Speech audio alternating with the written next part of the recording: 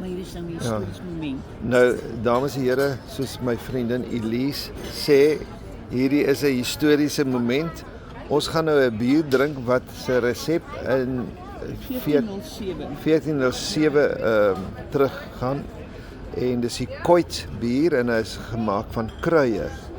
En nou ja, ek gaan nou 'n soopie vat daarvan dat julle net sien ek gaan nie dood nie. Kom ons kyk. 8,5. En is 8,5 alkohol. Ek gaan nie op my kop loop as ek die glas. Ja, daar gaan hy.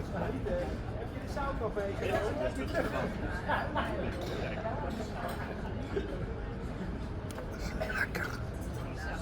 Dis lekker. Nou ja, toe. Is lekker, nee. Daar gaan hy. Elise kom, George.